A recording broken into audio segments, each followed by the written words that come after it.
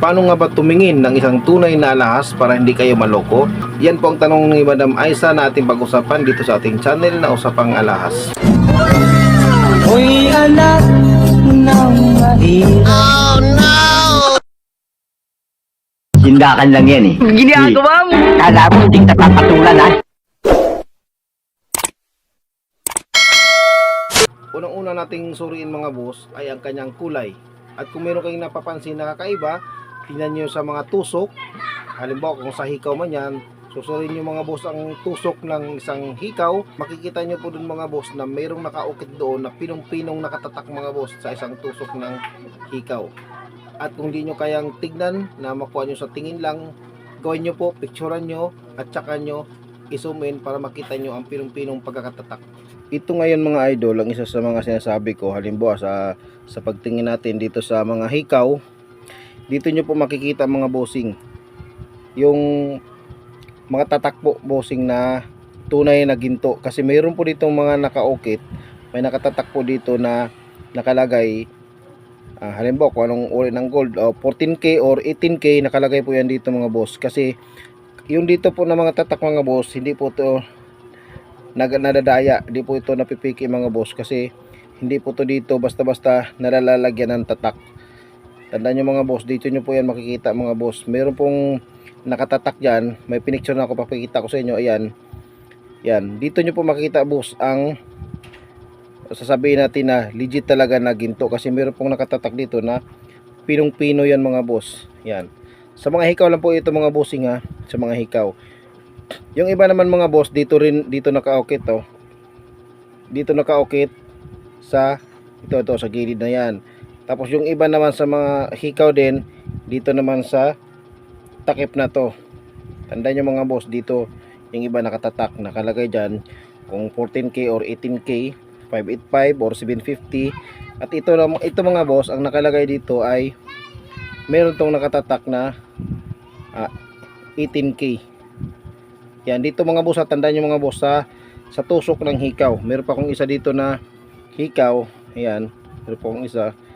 Meron ditong nakaukit, may nakatatak rin dito na 750. Dito tandaan nyo mga boss sa tusok nyo po makikita.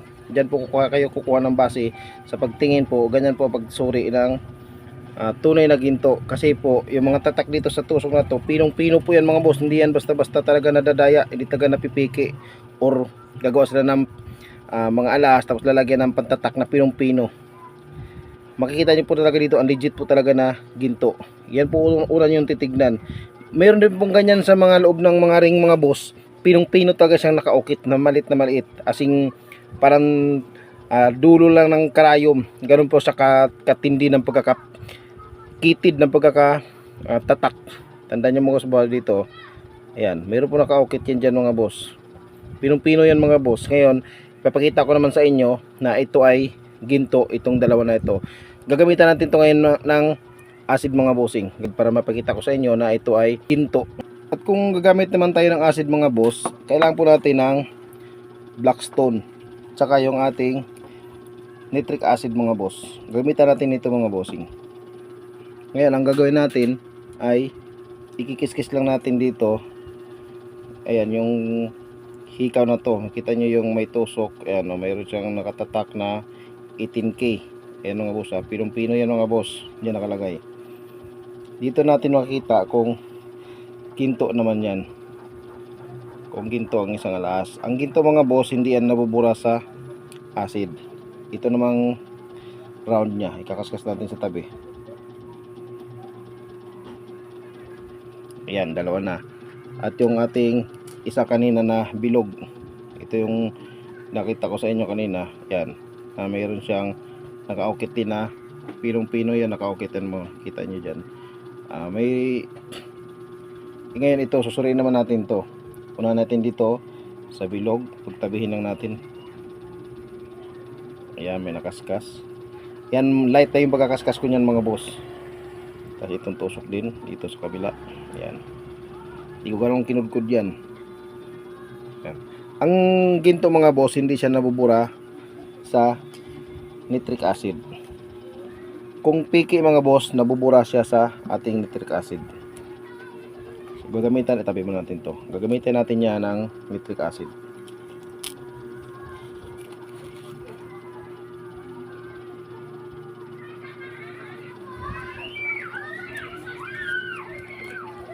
Ito yung ating nitric acid mga bossing.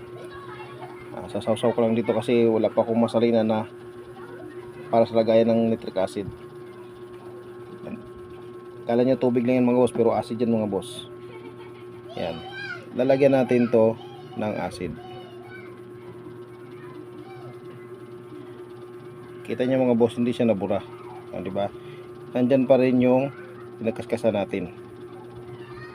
Nandyan pa rin ha. Lahat nga ng pagkakuskus niyan mga boss, pero hindi siya nabura. Hindi ko ganong kinudkod yan. Kasi ang ginto mga boss, dito talaga siya nabubura sa nitric acid. Ngayon, magkukuskus naman tayo ng fake.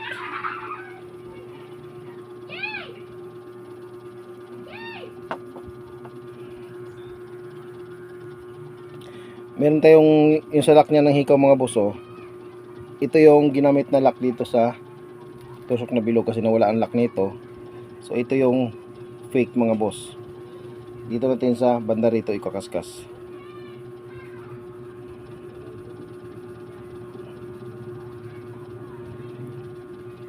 Yan, kumaskas na siya. Tapos lalagyan natin itong ating acid.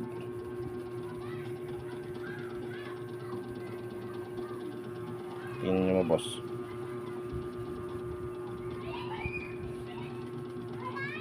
Nabura mga boss. Kita nyo, nabura siya. Pero ating kinaskas kayo na ginto ay hindi talaga siya nabubura. So yung ito yung pinaka last na option mga boss.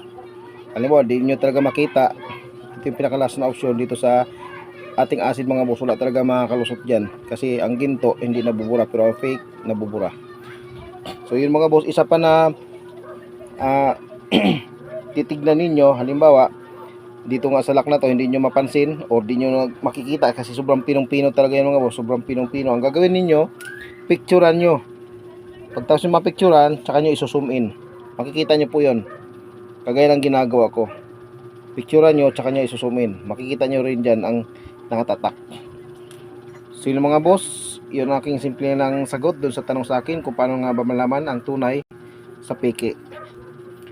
Maraming salamat mga boss, at sa hindi pa nakasubscribe sa channel ko, please like, share, and subscribe para marami pa tayong matutulungan dito sa ating channel na Usapang Alas. Maraming salamat sa inyong panonood.